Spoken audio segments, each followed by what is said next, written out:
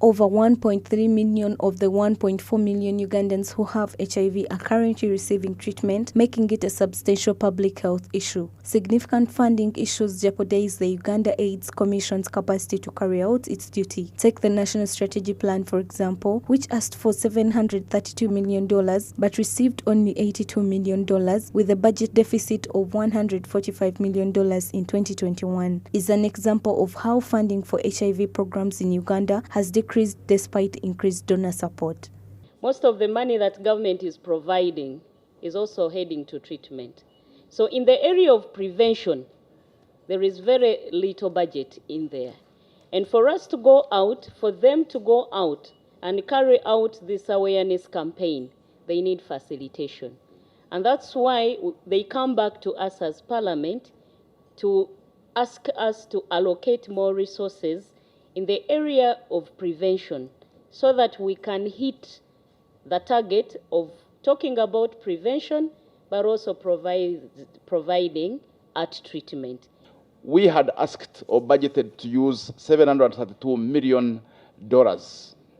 Of that, only 82 million was coming from Uganda. So 82 out of 732, you can do the math. And we had a budget deficit in that year of around $145 million.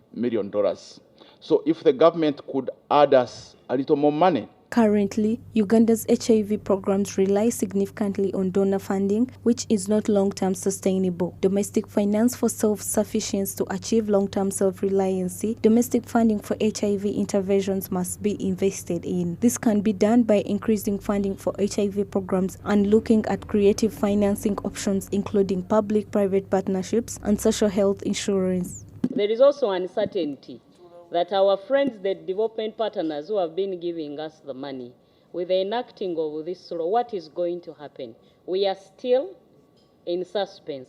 And therefore, as government and as Parliament, we are asking government and Minister of Finance to give us this money, because the government is collecting this money.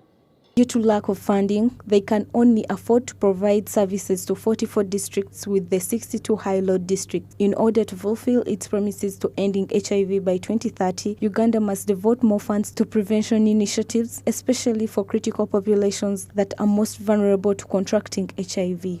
The most important thing is to invest in what I mentioned, in giving information to these people. We call it treatment literacy, so that they know some of the side effects of the medicine, but they use them, and you can adjust your lifestyle such that you're able to live with this medicine, because it's helping you control the virus, but it can also affect you. The government of Uganda needs to allocate enough funds to the USC and invest in domestic funding for HIV programs to achieve self-reliancy. Additionally, investing in prevention will help reduce new infections and work towards ending the HIV epidemic in Uganda. Bronia Katusiime, Smart 24 TV, Business Today.